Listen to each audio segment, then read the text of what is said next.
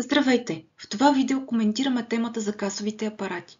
Ще споделим лоши практики, свързани с взимането на пари в брой, ще изясним остаряла информация, свързана с работата с касов апарат, както и ще разясним какво се случва при данъчна проверка, свързана с касовия апарат.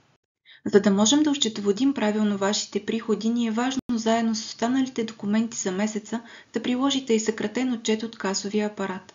Внимавайте, когато избирате периода, да зададете правилно последния ден на предходния месец, за да няма пропуснати дни. Често клиентите изпускат зоната в края на отчета, а тя е важна, защото там се виждат номера на касовия отчет, както и серийните номера на фискалното устройство и фискалната памет. Много клиенти се интересуват, трябва ли задължително да имат касов апарат, защото имат фирма. Отговорът е не, не е задължително. Задължително обаче е, когато получите пари в брой или чрез POS-терминал, да издадете фискален бон или както често го наричаме касова бележка. Фискален бон се издава от касов апарат, който се закупува от специализирани фирми, които продават касови апарати.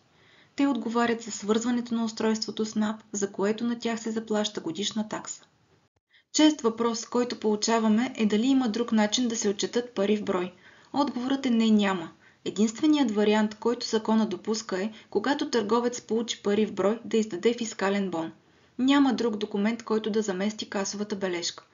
Лоша практика е, когато ваш клиент ви плати в брой с уговорка вие да внесете парите в банковата си сметка. Не го правете, може да има много лоши последици за вас. От няколко години касова книга не се изисква. Според нас е удобно да се използва като класьор на дневните отчети. Не губете време да я попълвате.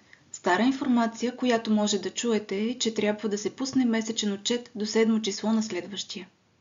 На пазара има много и най-разнообразни видове касови апарати.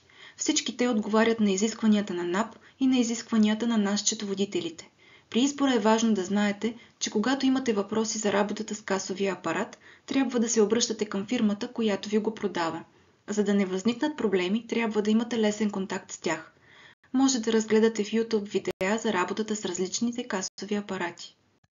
Много често при предстояща данъчна проверка служителите на НАП не се представят и си купуват нещо дребно от вас, за да видят дали ще пуснете касова бележка.